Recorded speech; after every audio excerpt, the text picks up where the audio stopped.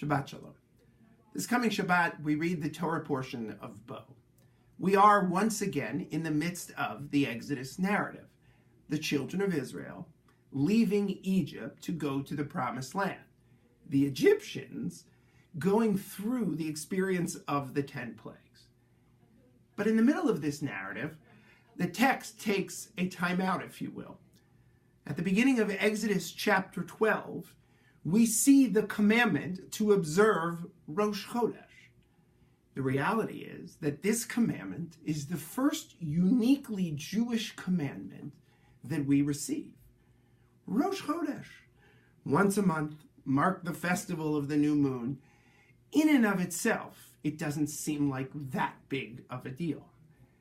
But if we take a deeper look, the first uniquely Jewish commandment that we get is perhaps one of the most important. What is the marking of Rosh Chodesh? At its heart, it's the marking of sacred time. If you think about it, time, that is, day-to-day existence, is one of the most mundane things that we have. We don't often mark moments of time unless they are extraordinary one way or the other. But Jewish holidays, our marking of sacred time, is very important to our religion because it takes the mundane and instantly makes it holy.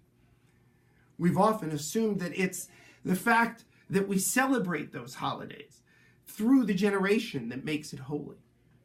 But perhaps the great holiness of our sacred time comes from the fact that that sacred time brings us together.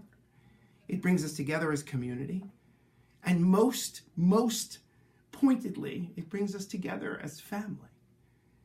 The great news about that is that we don't just have to wait for the Jewish calendar to create sacred time.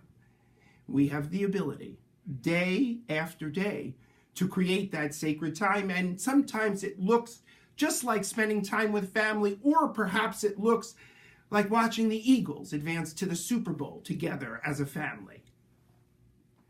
Whatever it looks like, the power is ours to create those moments that began in Exodus 12, but that have sustained us, and I think will continue to do so throughout our history.